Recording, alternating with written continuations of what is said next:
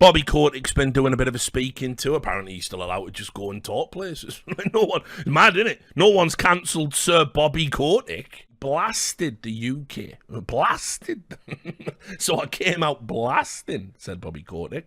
He said the regulators in Britain lack independent thought, and if we don't change our regulation, we could become a tech death valley. So what's all this about? Let's get into it. The Activision overlord, Bobby Kotick, took to the airwaves for the first time in a while recently, telling us what a wonderful world it would be if various national regulators approved Microsoft's $69 billion acquisition of Activision Blizzard. In a chat with CNBC, the CEO made a case for the acquisition that differed slightly from talking points we've heard from Microsoft lawyers, arguing that the merger is the only way for Western games companies to break into protected markets in China and Japan, and warning that the UK will become death valley if it shut down the deal. So this is what's going on. Essentially, in a number of, it's not just the American regulators that have to approve the deal. The companies have a presence in, both companies have a presence in all these other countries.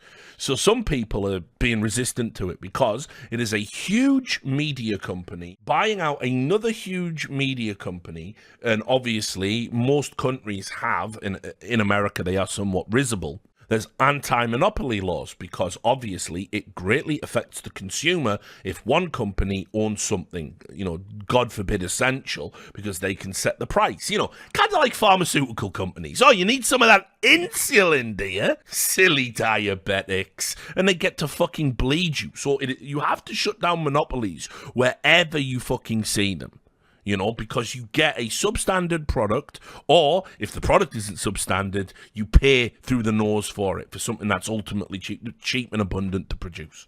He's been going around doing his little speaking tour, essentially saying anyone who pushes back against the Microsoft acquisition, it's like this outdated mode of thinking, even though everybody should stand up to monopolistic practices and formations of monopolies everywhere in the civilized world. Obviously, he's got a vested interest in that. What you have to remember about Bobby Kotick saying this is, Sir Bobby Kotick, the unimpeachable apparently, the ever-living, fucking Mumra, he's got a vested interest in saying this because obviously he's the guy who brought Activision Blizzard to the ruinous point of essentially having to sell. He has been beleaguered with legal action, named in multiple lawsuits, essentially all of a similar thought process that the decisions they've made fly contrary to fiduciary duty. He was re-elected in the board, got to keep his job somehow, because apparently he is the right person to see over the Microsoft buyout of Activision Blizzard. But here's the problem with that. He's become such a public, risible figure and ultimately the face of all of Activision Blizzard's transgressions that even the American media are saying, and American politicians are saying, we are going to fuck with this deal, because we don't think it's good. You may remember it was bipartisan when Activision Blizzard publicly penalized Blitzchung for saying freedom for Hong Kong during a stream. They still sanctioned that play, by the way. A lot of people think they rescinded that. They didn't. They reduced it. They still punished him for it, right? And then had the audacity to say politics has no place on an esports broadcast. Oh my God! I could have crip walked with a fucking fuck Trump t-shirt and you would have blew me. What are you talking about? Sorry, I'm ranting again. They've put themselves in this position where they have to fucking sell, right? And he did it. So he's saying, oh, you'd better not fuck with this. And the American politicians are going, we don't like Bobby Kotick and we don't like people, having their freedoms, freedom of speech impacted, because that's anti-American and you're meant to be an American company. So we're going to fuck with the deal. As I said, this deal, when it was announced, everyone was like, oh my God, when's all the Activision Blizzard games going to be on Game Pass? It's like, dude, this is 2024 shit. This is like, they're gonna hopefully try and slip it through probably as the election's going on. Like, oh yeah, too distracted denying that laptops are real. Maybe we can slip through the deal then without being fucked with too badly. To be clear, Kotick wasn't prophesizing that the UK would be struck by drought if it defied his will. but rather suggesting that the country's tech sector ambitions would go down in flames if it thwarted Microsoft's acquisition. Kotick pointed at comments from the UK Prime Minister Rishi Sunak about the UK becoming the Silicon Valley of Europe. I mean, that's classic conservative bullshit, isn't it? Like, in the post-Brexit wasteland. Like, the post-Brexit wasteland where me and giant mutated seagulls have to fight for chips. Like, yeah, we're going to become Silicon Valley, are we, Rishi? Like, yeah, all right, mate. Yeah, we've nailed that one.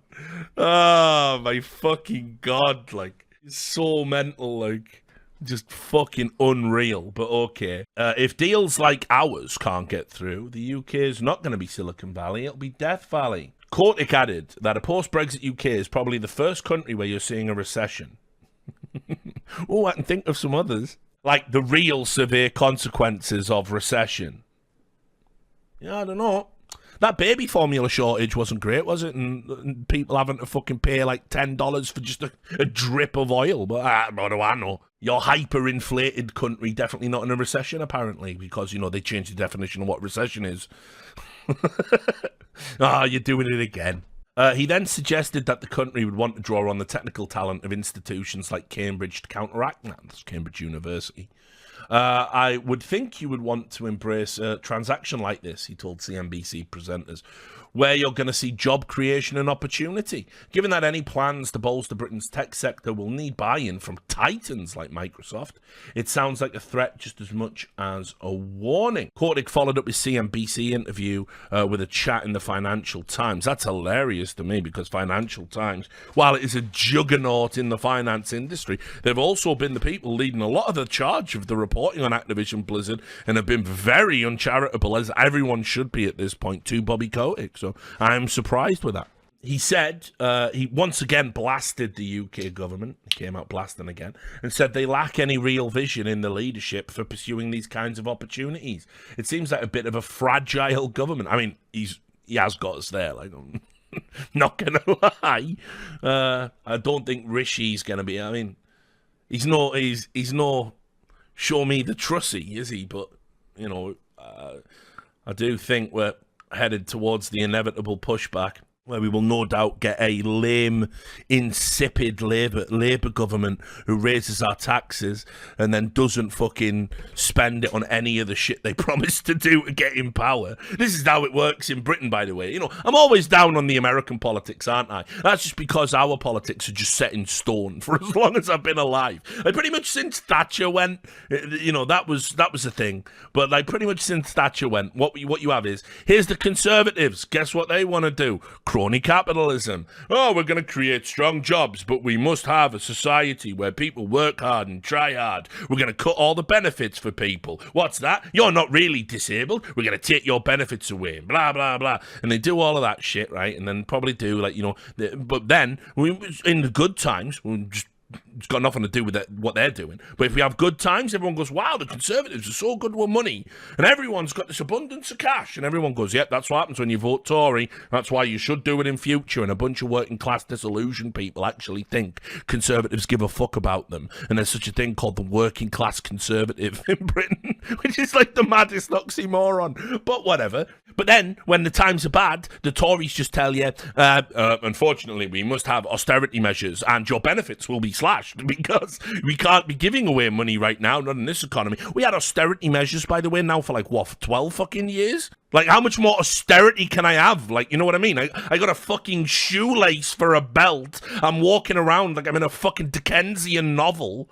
We've just got out of a pandemic where, you know, like, fucking everyone was dropping like flies because the NHS was just completely fucked.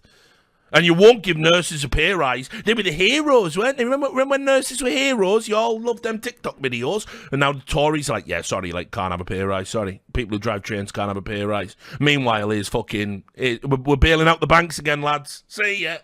There's that crip walk again. That's the Tories. That's one side of the British political paradigm. And then on the other side, you see, we don't have a Socialist Workers' Party anymore. It used to be the Labour Party. That's what it was called, Labour. Because the most important thing a working person has is their labour. It was called the Labour Party. And so it was meant to represent us. But then what happened was a guy called John Smith croaked. He had a fucking massive, one of them, like, insta-dead. He would just get instigated by God heart attacks. Just all your arteries just blah, gone. Like he had one of them, dropped dead. Loads of people in Britain at the time were saying he was like assassinated or something. Like, he was a big lad and he notorious heavy drinker. But anyway, John Smith fucking croaked, and basically the Tories infested the Labour Party. We got cunts like Tony Blair. Tony Blair came out and he was like, I am now going to call it New Labour, because even he couldn't in all good conscience pretend it was the Labour Party anymore. It's New Labour. And everyone went, wow, look at this guy. We haven't had like a dude do like, ooh, he's like a day walker. He can fucking hang with the Tories. And but he's also definitely working class, even like the motherfucker went to like Eton or something like that. Like a nowhere working class guy. And then they built this manifesto and they said, look, hello, communists and socialists love manifestos. Here's a manifesto. We're going to keep all these promises for a better Britain. And all the people went out and went, yeah, and they even had that song by D-Ring, things can only get better, only get better, yeah, and everyone believed it, right? And we voted for Tony fucking Blair, and then they did fuck all. That manifesto, meaningless, nothing on it, not a promise kept, everything going to seed. By the way, under Tony Blair, they actually even sold off parts of the NHS to private companies. Something he said while he was campaigning was an absolute abomination. He got us into a war with America we didn't need to be in, killing British people, including my best fucking friend at the time. Did everything fucking wrong because he was just another Christian conservative with a red tie. And since then, the Labour Party's just pretty much been diet conservatism. There was that thing with Corbyn, but then again, see, Corbyn had some strange views, didn't he? You can't be laying a wreath on fucking on that guy's grave. And certainly, why won't you condemn anti-Semitism in the party? And so the media fucking shanked him. And then we get Keir Starmer, who was the guy who definitely, even though he worked at CPS at the time, definitely had nothing to do with the Crown Prosecution Service's decision not to prosecute Jimmy Savile, Britain's most prolific pedophile. And they're the guys that are going to win the next election. So that's British politics. You now know everything I know. It's garbage. It's all garbage in every country. So anyway, yeah, Rishi Sunak's Rishi Sunak should be called Rishi Smoke Crack if he thinks we're going to be like a technological power. Like the post-Brexit stuff that we got such a fucking lousy deal with Europe right now. Like I'll be amazed. Like we'll be making abacuses again. Like what are you talking about? So he said in the Financial Times, remember when I was talking about Bobby Kotick 5 minutes ago? He said in the Financial Times, he says, it seems like a bit of a fragile government. Where's the leadership? He criticised the UK's Competition and Markets Authority for being co-opted by the FTC ideology. Obviously not a fan of the FTC, is he? And not really using independent thought to consider how this transaction would positively impact the UK. In contrast, he said EU regulators had shown a lot more insight and recognition in their approach to the acquisition. I have to wonder, this is the reporter speaking, not me, if Microsoft wishes it could restrain Activision executives from ever going near a microphone at this point. Kotick's inflammatory comments come barely a week after Activision Chief Communications Officer Lulu Cheng Meservey made the absolutely baffling argument that The Last of Us success on HBO showed why the acquisition was a good idea. Now, Activision CEO is making the rounds and lambasting the very regulators Microsoft needs to persuade, which they probably don't teach you in PR 101. No, indeed. If you want to win over a regulatory body, you probably don't say you're all a bunch of morons on that regulatory body. But it's Bobby Kotick, you see. Bobby Kotick gets to do that because they keep electing him into his job, because remember, he's the right man to oversee this. Clearly, provably the wrong man, but the right man. He knows he's getting fired as soon as the deal goes through.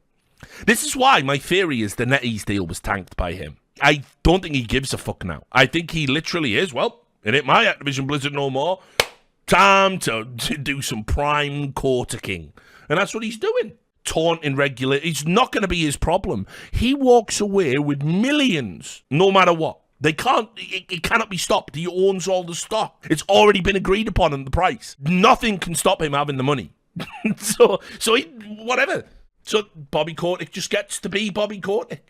You think, like, it's like Kotick is on a tour of, like, the Symphony of Destruction. Like, Activision Blizzard CEO Bobby Kotick says Sony is not returning our calls. So he did another interview, this time on Fox Business. And listen to this shit, right? Activision Blizzard CEO Bobby Kotick is now taking to the airwaves to defend the deal. In a new interview with Fox Business, this was like 2 days after the thing I just read you, Kotick said regulators are reluctant to approve the deal because they're not familiar with how the video game industry works, and then implied the real anti-competitive behemoth in the market isn't Microsoft, it's actually Sony. He said, I think what we're experiencing right now are regulators who have little experience with our industry. There's probably a lot of consolidation that could happen over time. It's extremely fragmented, and today the dominant players are Japanese and Chinese companies. And so I think as they're starting to learn about the industry, they're realizing this is a silly and unfounded concern. Yeah, indeed, because things work differently in China and Japan, well, let's just get rid of fucking monopoly protections in America and UK and